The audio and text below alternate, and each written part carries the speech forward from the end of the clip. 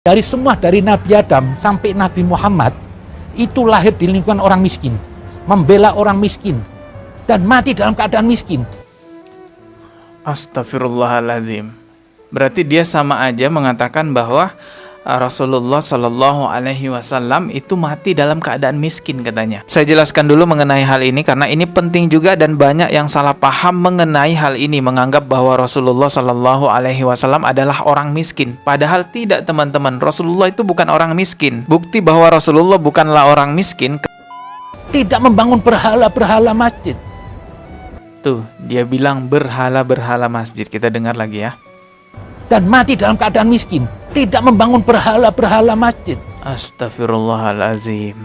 Seburuk-buruknya Fir'aun dan Abu Jahal, tidak pernah ada riwayat yang menyebutkan bahwa Fir'aun dan Abu Jahal mengatakan masjid sebagai berhala. Nauzubillah, ini kribo, ini parah banget. Lebih parah daripada Fir'aun dan Abu Jahal ini ya.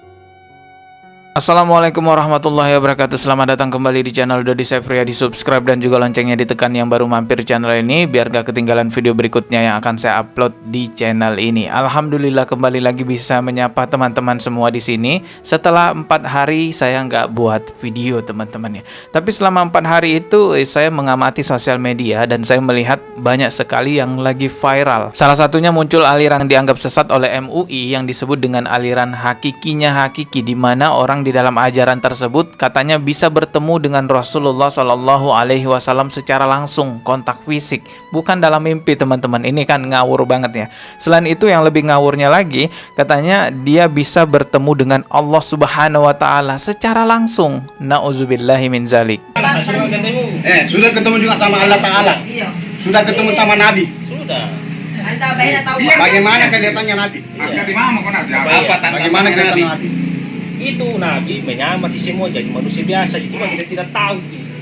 Kalau saya sudah ketemu, perlihatkan semua isi badannya. Nah, cuma kan bini kan Nabi siapa di teman kita? Apa ya? Nabi siapa? Macam kebotannya sudah ketemu. Nabi siapa? Nabi. Bukan macam kita. Nabi. Sarwe Gading sudah. Entah kenapa aliran semacam ini selalu saja ada pengikutnya, teman-teman ya. Padahal kita bisa melihat kondisi saat ini, teknologi informasi yang begitu canggih, kita bisa mendapatkan ilmu-ilmu agama dari berbagai macam tempat, SDM-nya manusia semakin tinggi, tapi masih aja bisa terpengaruh dengan aliran-aliran menyimpang semacam ini. Ada sebuah kata-kata yang populer dari seorang Ibnu Rashid, jika ingin menguasai orang bodoh, bungkuslah sesuatu yang batil dengan agama. Jadi jika ada kebatilan dibungkus dengan agama, berpotensi besar kebatilan itu akan berjalan dengan lancar. Mulai dari pengobatan abal-abal yang dibungkus agama itu bisa banyak menipu orang ya. Dan juga ritual-ritual gitu-gituin perempuan loh ya. Maksud saya ya teman-teman paham lah ya, ritual-ritual yang gitu-gituin perempuan itu yang merugikan sekali bagi perempuan, itu dibungkus agama, berjalan dengan lancar, teman-teman. Investasi bodong berkedok agama itu berjalan juga dengan lancar. Berhati-hatilah teman-teman dengan kebatilan yang dibungkus agama. Rasulullah Shallallahu Alaihi Wasallam sudah mengingatkan kepada kita semua, sudah mewariskan kepada kita semua 2 perkara yang mana jika kita berpegang teguh kepada 2 perkara itu tidak akan pernah tersesat. Itu janjinya Rasulullah Shallallahu Alaihi Wasallam, yaitu Al-Quran dan Sunnah. Teman-teman, kita beralih ke berita viral lainnya, di mana ini juga sudah banyak yang membahas dan sudah banyak juga yang mereaksi. Alhamdulillah ya, sudah banyak yang mengcounter perkataan dari Habib Kribo. Harusnya perkataan Kribo ini sudah termasuk dalam penistaan agama berat ya, karena perkataannya sangat menyakiti hati umat Islam, teman-teman. Coba kita simak ya videonya ya. Tuhan nggak parkir di masjid. Tuhan nggak parkir di Ka'bah. Bagaimana mungkin dia menganalogikakan seperti itu? Tuhan dengan parkiran, apa hubungannya, teman-teman? Nauzubillah, ini orang asal ceplos, asal ngomong aja gitu ya. Coba kita simak lagi.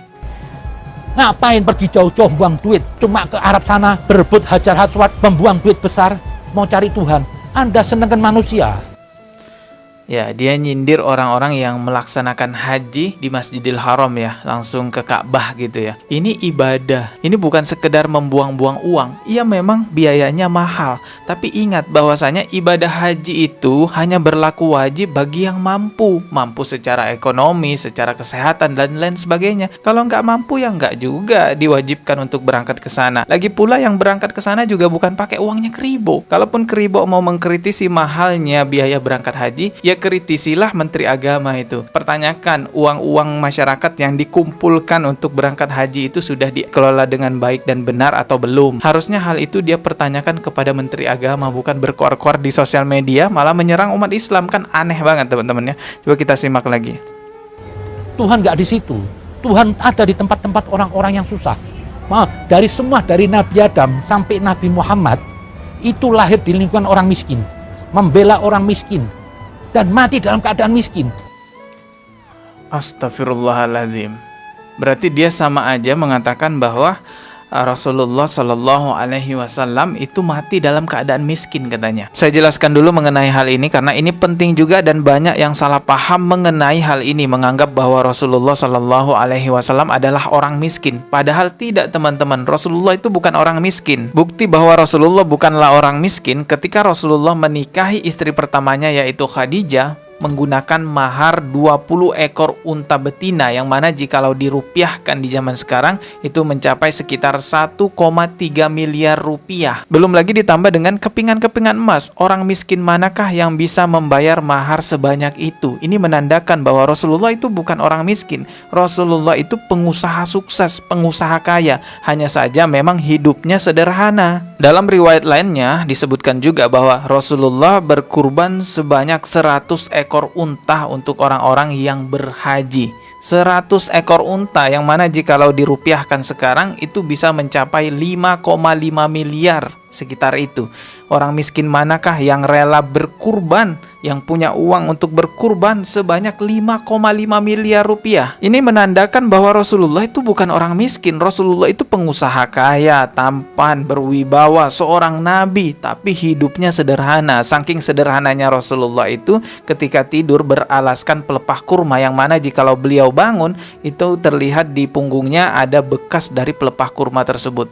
Masya Allah, ini menandakan bahwa Rasulullah bukanlah orang sembarangan. Beliau ini adalah seorang nabi yang memang diutus untuk kita tiru kehidupannya. Jadi walaupun kita hidup kaya raya, insya Allah ya kita bisa hidup kaya raya, tapi kita juga tetap harus sederhana. Jadi nggak benar kalau ada yang bilang Rasulullah itu miskin. Tidak, Rasulullah itu kaya tapi hidupnya sederhana. Kita lanjut lagi reaksi videonya si Kribo ini teman-teman ya. Kali ini lebih parah lagi daripada perkataan-perkataan sebelumnya, karena dia mengatakan bahwa berhala-berhala masjid. Sebagian orang menganggap bahwa Kribo ini adalah habaib ya. Saya harap semoga ada dari kalangan habaib yang kami muliakan, ulama yang dari kalangan habaib mau menghentikan si Kribo ini. Karena kalau tidak dihentikan, maka dia akan terus-terusan melakukan perbuatan penistaan agama terhadap Islam ya. Nggak ada bedanya sama Saifuddin Ibrahim gitu ya. Coba kita simak ya.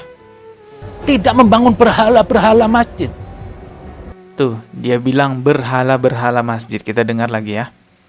Dan mati dalam keadaan miskin. Tidak membangun berhala-berhala masjid. Astagfirullahalazim. Seburuk-buruknya Fir'aun dan Abu Jahal, tidak pernah ada riwayat yang menyebutkan bahwa Fir'aun dan Abu Jahal mengatakan masjid sebagai berhala. Nauzubillah, ini Kribo ini parah banget, lebih parah daripada Fir'aun dan Abu Jahal ini ya. Kalau emang masjid itu suatu tolak ukur kebenaran, pasti zaman Nabi banyak masjid. Buktinya apa? Cuma satu peninggalan Nabi masjid.